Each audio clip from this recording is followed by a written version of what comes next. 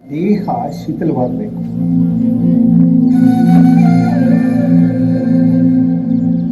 ಹಾಗೆ ಮತ್ತೊಂದು ಸಾರಿ ದೀರ್ಘವಾಗಿ ಉಸಿರನ್ನು ತೆಗೆದುಕೊಂಡು ಉಸಿರನ್ನು ಬಿಡಿ. ಸ್ವಲ್ಪ ಶ್ವಾಸ ಪ್ರಶ್ವಾಸ ಪ್ರಕ್ರಿಯೆಯ ಮೇಲೆ ತಮ್ಮ ಮನಸ್ಸು ಪ್ರತಿ ಶ್ವಾಸ ಪ್ರಶ್ವಾಸದ ಜೊತೆ ಸ್ಮರಣೆ ಮಾಡುವ ಪ್ರಯಾಸ.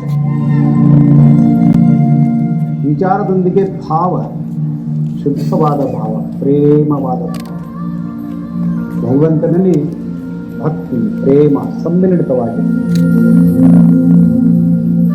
ಇಂತಹ ಪವಿತ್ರವಾದ ವಿಚಾರ, ಶುದ್ಧವಾದ ಭಾವನೆಗಳ ಮೇಲೆ ಮನಸ್ಸನ್ನು ನಿಲ್ಲಿಸಿ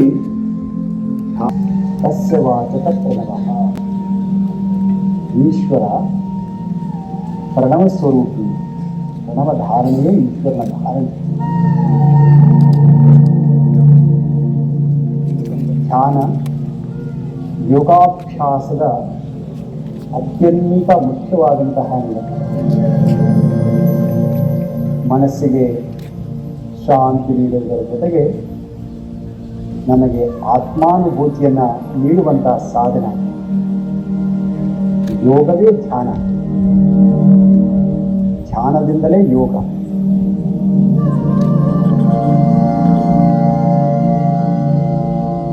ಇಂತಹ ಶಾಂತ ಪವಿತ್ರ ಮನಸ್ಸಿನೊಂದಿಗೆ ನಾವೆಲ್ಲ ಸತ್ಸಂಕಲ್ಪವನ್ನು ಮಾಡೋಣ.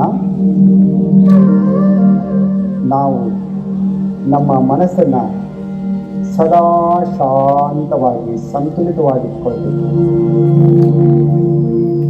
ಶಾಂತವಾದ ಮನಸ್ಸಿನಲ್ಲಿಯೇ ಆತ್ಮದ ವಿಕಾಸ.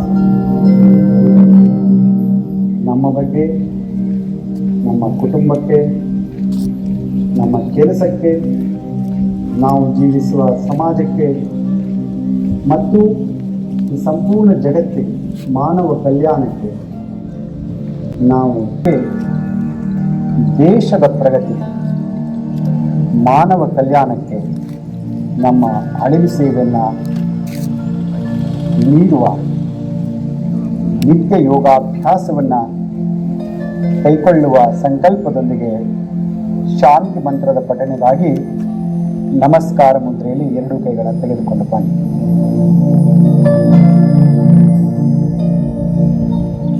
ಶಾಂತಿ ಪಾಠವನ್ನು ಮಾಡೋಣ. ನಮಸ್ಕಾರ ಮಂತ್ರ. ಕಣ್ಣುಗಳನ್ನು ಮುಚ್ಚಿ ಶ್ವಾಸವನ್ನು ತೆಗೆದುಕೊಳ್ಳಿ.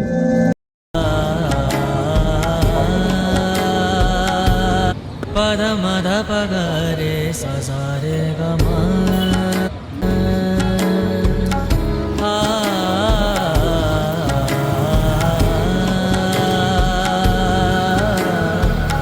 ಪದ ನಿದ ಪಗರೆ ಸಸಾರೆ ಗಮ ಪಗರೆ ಪದ ಮದ ಪಗರೆ ಸರೆ ಸರೆ ಸರೆ ಗಮ. ಸರಳ ರೀತಿಯಿಂದ ಮಾಡ್ತಾ ಇದ್ದೆವು. ಈಗ ಕಾರ್ಯಕ್ರಮದಲ್ಲಿ ಈಗಾಗಲೇ ವೇದಿಕೆ ಮೇಲೆ ಆಸೀನರಾದಂಥ ಎಲ್ಲ ಗಣ್ಯಮಾನ್ಯರಿಗೆ ಆಯುಷ್ ಇಲಾಖೆಯ ವೈದ್ಯ ಮಿತ್ರರು ಪುಸ್ತಕವನ್ನು ನೀಡಿ ನನ್ನ ಎಲ್ಲ ಗಣ್ಯಮಾನ್ಯರಿಗೆ ಸ್ವಾಗತಿಸಬೇಕೆಂದು ಅವರಲ್ಲಿ ನಾನು ವಿನಂತಿಸಿಕೊಳ್ತಾ ಇದ್ದೇನೆ. ಇದೇ ರೀತಿ ಎಲ್ರಿಗೂ ನಮಸ್ಕಾರ. ವೇದಿಕೆ ಮೇಲೆ ಆಸೀನರಾಗಿರುವಂತಹ ನನ್ನ ಎಲ್ಲ ಅಧಿಕಾರಿ ಮಿತ್ರರೇ ಹಾಗೂ ಇಲ್ಲಿ ಉಪಸ್ಥಿತರಿರ್ತಕ್ಕಂಥ ಎಲ್ಲ ಸಭಿಕರೇ, ಇವತ್ತು 12ನೇ ಅಂತಾರಾಷ್ಟ್ರೀಯ ಯೋಗ ದಿನವನ್ನು ನಾವೆಲ್ಲರೂ ಇವತ್ತು ಆಚರಣೆ ಮಾಡೋಕ್ಕೆ ಇಲ್ಲಿ ಸೇರಿದ್ದೀವಿ.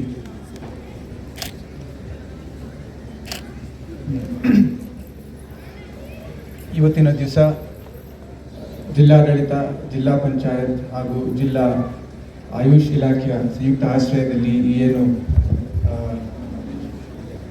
ಸಭೆಯನ್ನು, ಒಂದು ಕಾರ್ಯಕ್ರಮವನ್ನು ಆಯೋಜಿಸಿದ್ದಾರೆ. ತುಂಬ ಸರಳವಾಗಿ ಮತ್ತು ತುಂಬ ಅಚ್ಚುಕಟ್ಟಾಗಿ ಆಯೋಜಿಸಿದ್ದಾರೆ. ಸೊ ಈ ಒಂದು ಕಾರ್ಯಕ್ರಮದಲ್ಲಿ ಆಯೋಜನೆ ಮಾಡುವುದರಲ್ಲಿ ಯಾರ್ಯಾರು ಭಾಗವಹಿಸಿದ್ದೀರ ತಮ್ಮೆಲ್ಲರಿಗೂ ನಾನು ಪ್ರಾರಂಭದಲ್ಲೇ ವಂದಿಸಕ್ಕೆ, ಅಭಿನಂದನೆಗಳನ್ನು ಸಲ್ಲಿಸಕ್ಕೆ ಇಷ್ಟಪಡ್ತೇನೆ.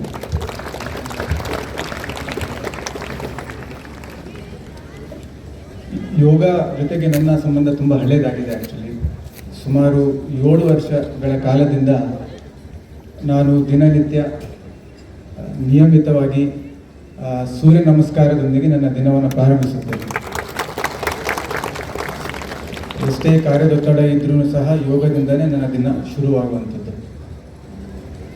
ಯೋಗದಿಂದ ಸಾಕಷ್ಟು ಇದು ಬರೀ ವ್ಯಾಯಾಮ ಅಲ್ಲ, ಇದು ಒಂದು ಜೀವನ ಶೈಲಿ ಅಂತಲೇ ನಾವು ಹೇಳ್ಬೋದು. ಇದರಿಂದ ಸಾಕಷ್ಟು ವೈಯಕ್ತಿಕವಾಗಿ ಹಾಗೂ ಸಮಾಜಕ್ಕೆ ಸಹ ಬಹಳಷ್ಟು ಲಾಭಗಳಿವೆ. ನನ್ನ ವೈಯಕ್ತಿಕ ಜೀವನದಲ್ಲೂ ಸಹ ಎಷ್ಟೇ ಕಾರ್ಯದ ಒತ್ತಡ ಇದ್ದರೂ, ಎಷ್ಟೇ ಕಾರ್ಯದ ಭಾರ ಇದ್ದರೂ, ಆತಂಕ ಇದ್ದರೂ, ಸ್ಟ್ರೆಸ್ ಇದ್ದರೂ ಸಹ ನಮಗೆ ಮನೋಬಲ ಮತ್ತು ಆತ್ಮಸ್ಥೈರ್ಯ ಮತ್ತು ಒಂದು ತಾಳ್ಮೆಯ ಒಂದು ಭಾವನೆ ಏನಿದೆ ಅದು ಬೆಳೆಸುತ್ತೆ. ನಾವು ಎಷ್ಟೇ ಕಷ್ಟದ ಪರಿಸ್ಥಿತಿ, ಎಷ್ಟೇ ಸ್ಟ್ರೆಸ್ ಇದ್ದರೂ ಸಹ ಸಕಾರಾತ್ಮಕ ಚಿಂತನೆಗಳನ್ನು ಮಾಡೋಕ್ಕೆ ಮತ್ತು ಸ್ಪಷ್ಟ ನಿರ್ಧಾರಗಳನ್ನು ತಗೊಳ್ಳೋಕ್ಕೂ ಸಹ ಯೋಗ ಸಹಕಾರಿಯಾಗುತ್ತೆ. ನಾವು ಕೇವಲ ಯೋಗ ದಿನಕ್ಕೆ ದಿನಾಚರಣೆ ದಿವಸ ಮಾತ್ರ ನಾವು ಯೋಗ ಸೀಮಿತ ಮಾಡಬಾರ್ದು. ಇವತ್ತೇನು ಎಲ್ಲರೂ ತಾವು ಸೇರಿದಿರಿ, ತುಂಬ ಸಂತೋಷದ ವಿಷಯ. ಇಷ್ಟು ದೊಡ್ಡ ಸಂಖ್ಯೆಯಲ್ಲಿ ಮಕ್ಕಳೆಲ್ಲ ಭಾಗವಹಿಸ್ತಾ ಇರ್ತಕ್ಕಂಥದ್ದು ನೋಡಿ ತುಂಬ ಸಂತೋಷ ಆಗ್ತಾ ಇದೆ. ಆದರೆ ನಾವು ಯೋಗ ಡೇಗೆ ಮಾತ್ರ ಇದನ್ನು ಸೀಮಿತ ಮಾಡಬಾರ್ದು. ನಮ್ಮ ದಿನನಿತ್ಯದ ನಮ್ಮ ದಿನಚರಿಯಲ್ಲಿ ಯೋಗದ ಮೌಲ್ಯಗಳನ್ನು ನಾವು ಅಳವಡಿಸ್ಕೊಳ್ಬೇಕಾಗ್ತದೆ. ನಾವು ಅದನ್ನು ನಮ್ಮ ದಿನಚರಿಯಲ್ಲಿ ಅಳವಡಿಸ್ಕೊಂಡ್ರೆ ನಮ್ಮ ವ್ಯಕ್ತಿತ್ವ ವಿಕಸನ ಹಾಗೂ ಕೊನೆಯಲ್ಲಿ ಭಾಳ ಅರ್ಥಪೂರ್ಣವಾಗಿ ಕೊನೆ 5 ನಿಮಿಷ ಏನು ಮುಗಿತಾ ಇತ್ತು ನಮ್ಮ ಯೋಗಾಭ್ಯಾಸ ಅವಾಗ ಭಾಳ ಸುಂದರವಾಗಿ ಹೇಳಿದರು. ಸಮಾಜದಲ್ಲಿ ಒಂದು ಸಾಮರಸ್ಯ ಮತ್ತು ಸಮಾಜದ ಅಭಿವೃದ್ಧಿ, ಮಾನವ ಕುಲದ ಅಭಿವೃದ್ಧಿಗಾಗಿ ಯೋಗವನ್ನು ನಾವು ನಮ್ಮ ಜೀವನದಲ್ಲಿ ಅಳವಡಿಸ್ಕೊಂಡ್ರೆ ನಮ್ಮ ದೇಶದ ಮತ್ತು ಇಡೀ ಜಗತ್ತಿನ ಅಭಿವೃದ್ಧಿ ಆಗುತ್ತೆ ಅನ್ನುವಂಥದ್ದನ್ನು ಭಾಳ ಅರ್ಥಪೂರ್ಣವಾಗಿ ಹೇಳಿದರು. ಅದನ್ನು ನಾನು ಈ ಸಂದರ್ಭದಲ್ಲಿ ಮತ್ತೊಮ್ಮೆ ಪುನರುಚ್ಚರಿಸೋಕ್ಕೆ ಇಷ್ಟಪಡ್ತೇನೆ. ಭಾಳ ಸರಳವಾಗಿ, ಭಾಳ ಸುಸೂತ್ರವಾಗಿ ಇವತ್ತಿನ ಒಂದು ಕಾರ್ಯಕ್ರಮವನ್ನು ಆಯೋಜಿಸಿದ್ದೀರಾ. ಮತ್ತೊಮ್ಮೆ ತಮ್ಮೆಲ್ಲರಿಗೂ ವಂದಿಸುತ್ತಾ ನನ್ನ 2 ಮಾತನ್ನು ಮುಗಿಸ್ತೀನಿ. ಜೈ ಹಿಂದ್, ಜೈ ಕರ್ನಾಟಕ.